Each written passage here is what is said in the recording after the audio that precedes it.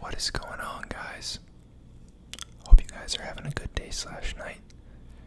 Today we're going to be looking at episode 6 of our YouTube Dividend stock portfolio. Before we get into it, typical disclaimer: none of this is financial advice. This is for education, or for entertainment, I should say. I'm not a financial advisor. Do your own research and take everything I say with a grain of salt. And now, an overview of how our portfolio is doing. Now, today was probably the roughest day that we've had in a pretty long while.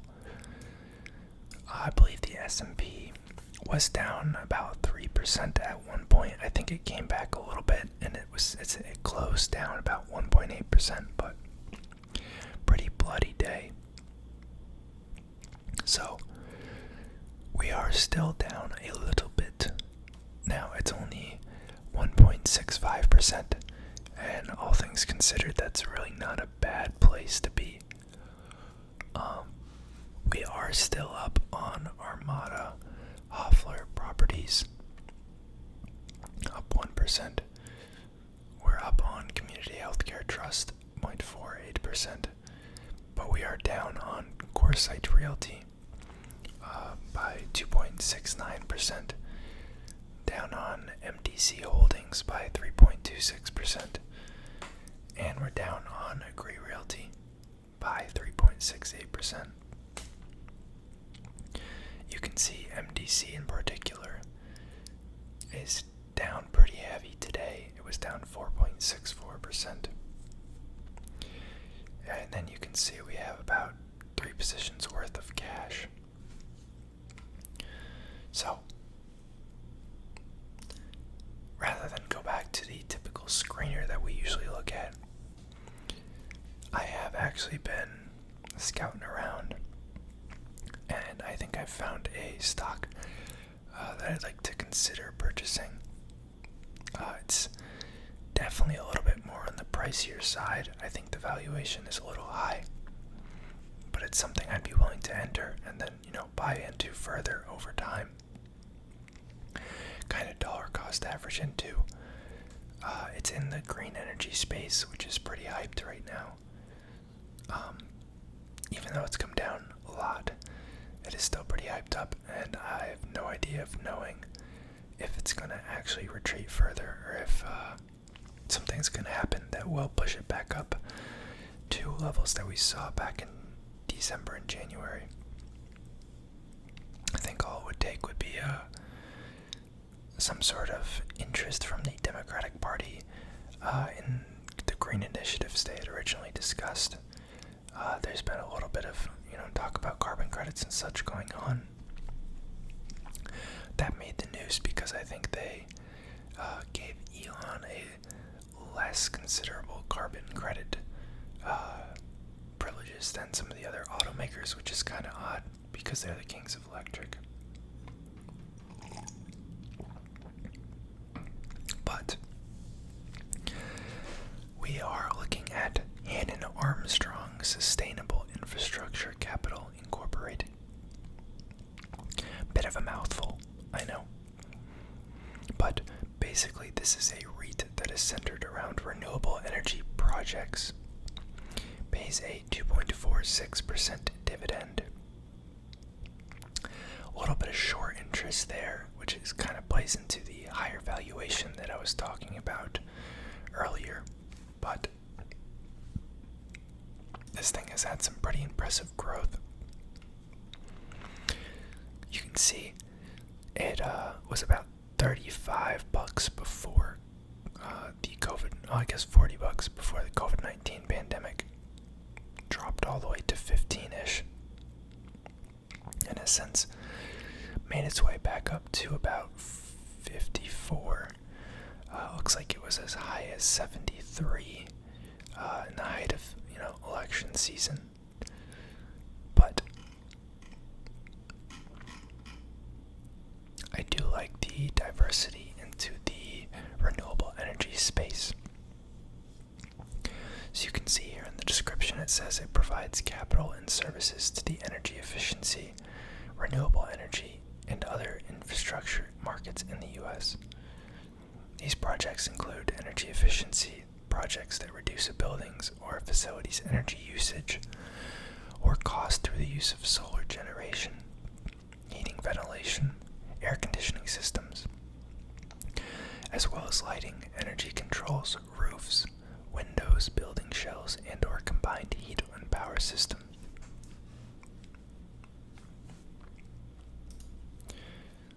I think they also have a little bit of wind power.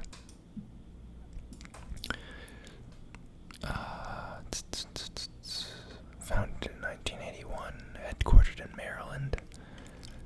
74 employees. This is a $4.5 billion company, so not small, but well within our bounds that we've set. I pulled up their investor site here. They're saying they're the first U.S. public company solely dedicated to investments in climate change solutions. Not sure if that's actually true or not, but pretty neat if it's true.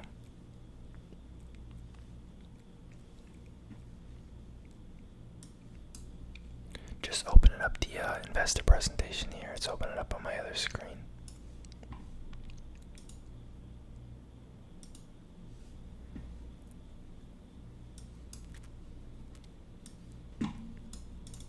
Here we go.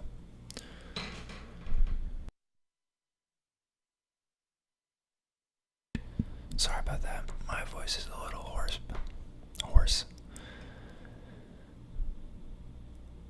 Alright.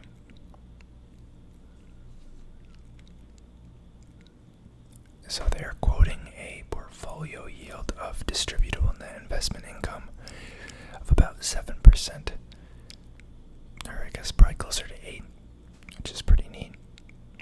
And their balance sheet portfolio has increased about $900 million since this quarter last year.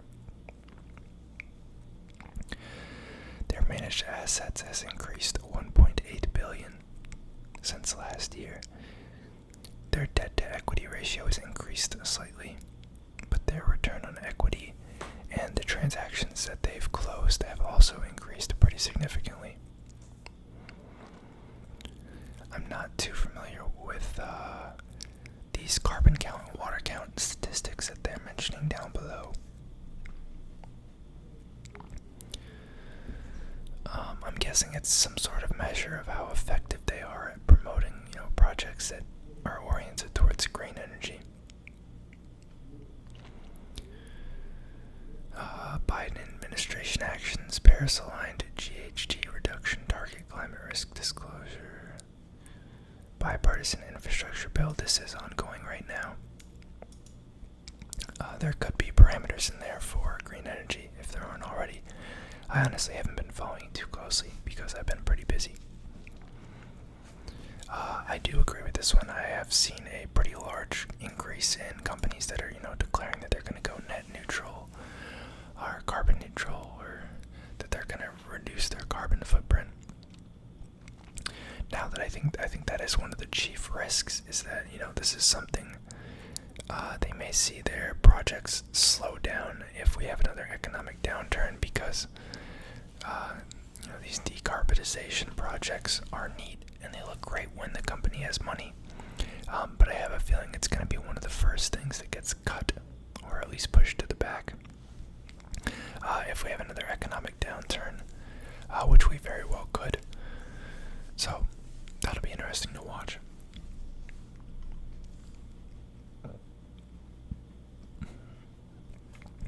Looks like about half of their pipeline is related to residential and community solar and storage opportunities.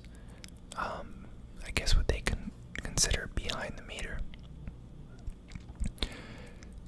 I'd assume that would also include other energy saving measures, like, building design based around like heat transfer, efficient air conditioning systems, but I'm not too sure.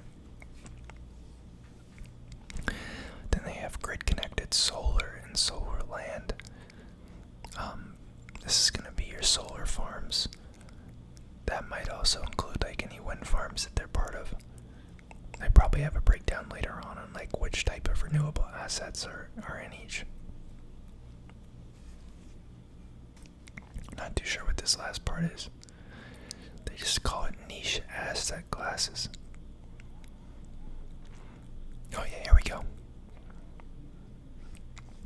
So residential solar is about 25% of their portfolio. Community solar is about 7%. Onshore wind, those are wind farms, is about 28%. Solar land, I'm not sure. I guess that's just for the financing of the land, maybe not the solar panels on it. But that's 14% of their portfolio. They state public sector is 9%. I'm not exactly sure what that means. Like, I know what public sector is, but I'm not sure why that's different than like community solar, onshore wind. Aren't those all grid connected for public sector use? And then the grid connected solar is 7% there. CNI,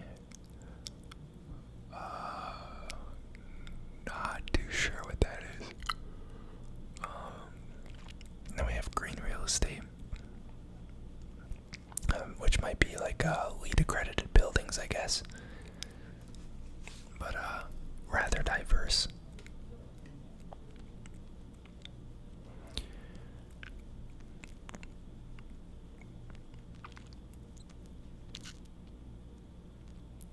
Talking about credit ratings, their preferred or the senior lien holder on most of their properties, depending on the type of property.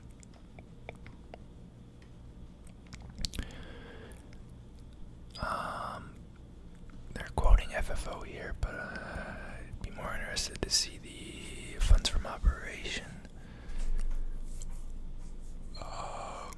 But we can take a look over here. 28% growth year to date on net investment income. Earnings per share up 20% year to date. Pretty solid, especially when the stock has been going the opposite way. 2021 expected growth rate is over 45%, and 2022 expected growth rate is over 20%. Portfolio is yielding about 7 to 7.7%, as I mentioned.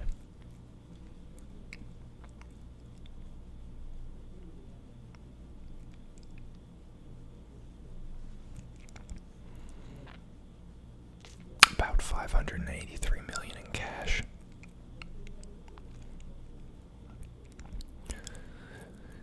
$1 billion in unsecured green bond debt at 3.375% coupon rate,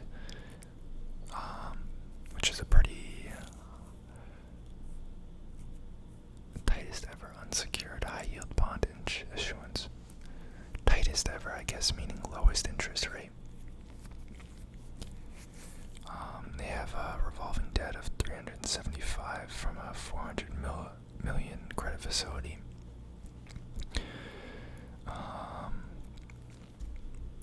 Most of their debt is not due till 2026.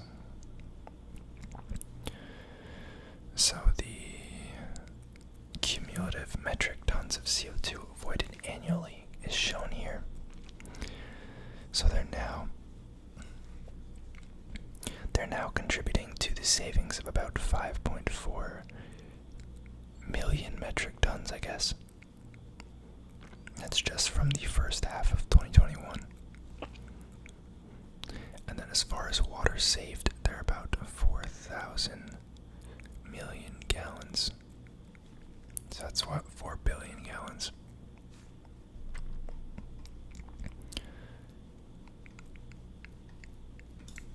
And then I was also going to look at their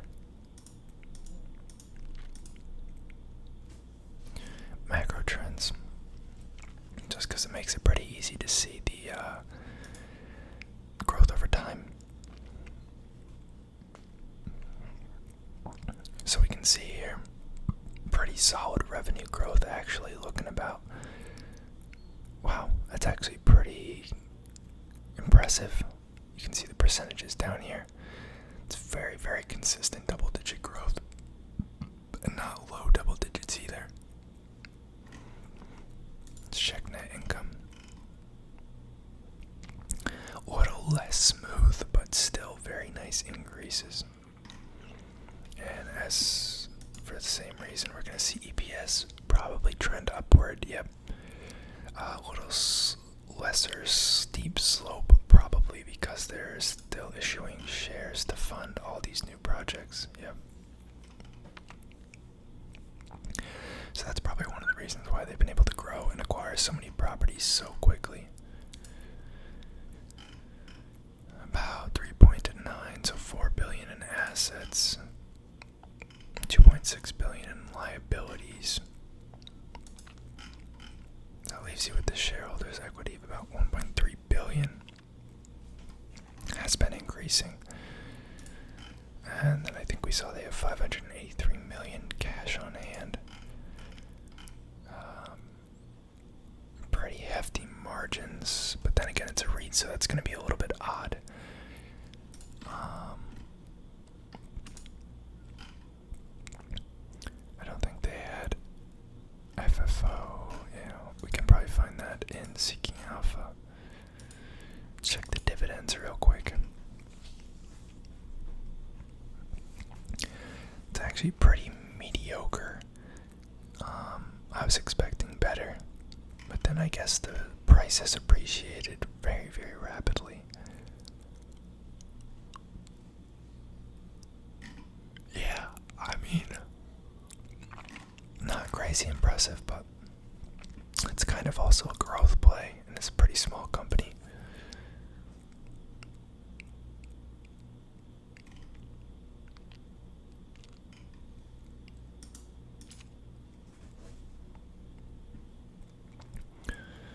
So we can see interest and dividend income has almost doubled in the past 4 years. Pretty impressive. Gain on loans is up 6-fold, maybe 5-fold. Total revenues has more than doubled in the past 4 years. Operating income is up about 80% in the past 4 years. Net income is up almost 10-fold in the past 4 years. That's actually pretty crazy. So even though revenue isn't growing as fast, their profitability is increasing with scale, which is certainly great to see.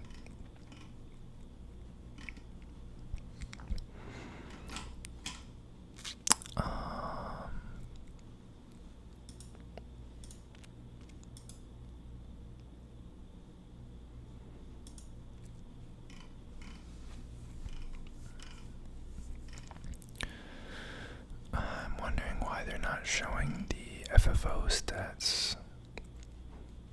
Yeah, 5-year aggregate growth of 16.4% on their revenue.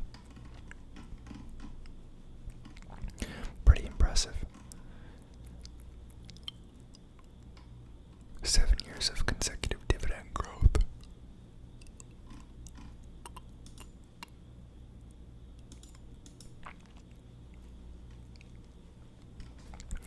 And then before I pull the trigger, I just want to, I guess, kind of get a rivaling opinion. I have 2 Seeking Alpha articles here that are, they like the company, but they're kind of saying that its valuation makes it unreasonable.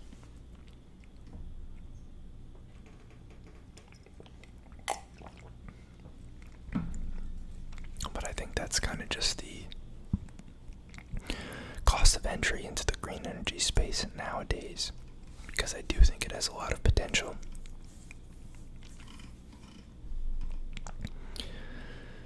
%34 annualized return since the last time you wrote the article on this company.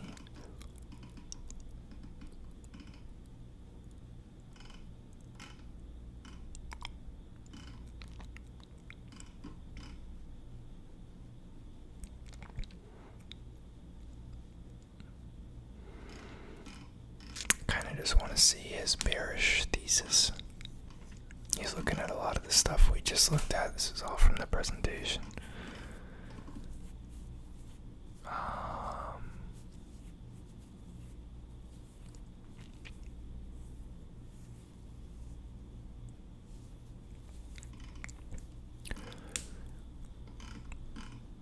This guy sounds actually pretty bullish. Why you should be cautious. Maybe this is what we want. Yeah, valuation is the issue. Looks overvalued by traditional REIT measures, but like, I don't think it's just your run-of-the-mill REIT. It's also down about $4, which is like 10% from when this guy wrote this.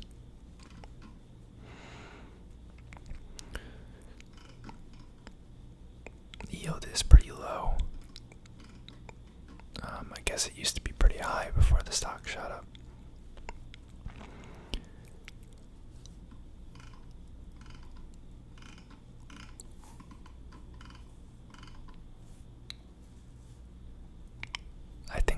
I think there's some pretty decent tailwinds from the Biden administration, and also just companies' shifts to kind of like ESG goals.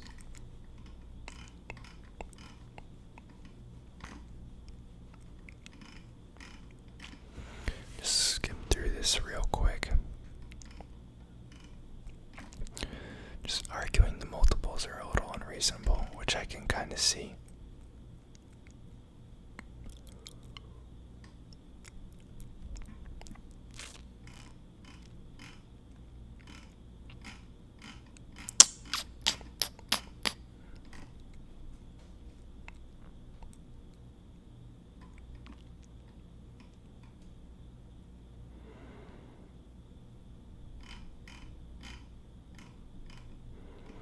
He likes the business model, portfolio, and management team a lot.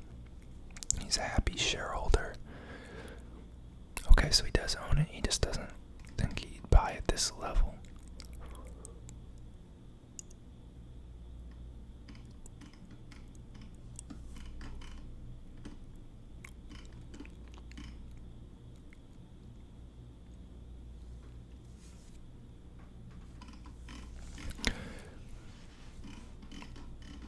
Let's read the comments real quick.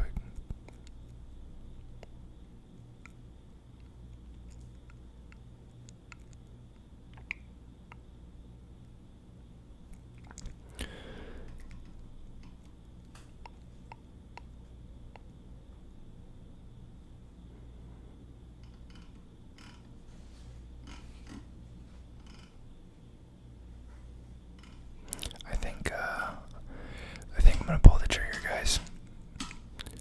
Like I said in the last video, this isn't financial advice, and I'm definitely taking on like a little more risk than I probably would traditionally in a lot of my other accounts. But this is kind of like my space to be, I don't want to say wild, but take a little bit more risk. One, because I think it's really interesting and I think it does have potential. But two, it's kind of like a smaller account, so I'm not as worried about losing a couple bucks. But it could certainly turn out to be in our favor if it blows up in a good way. So I will purchase this tomorrow. Let me know what you guys think of the company. Drop a comment down below, and I'll see you guys next time.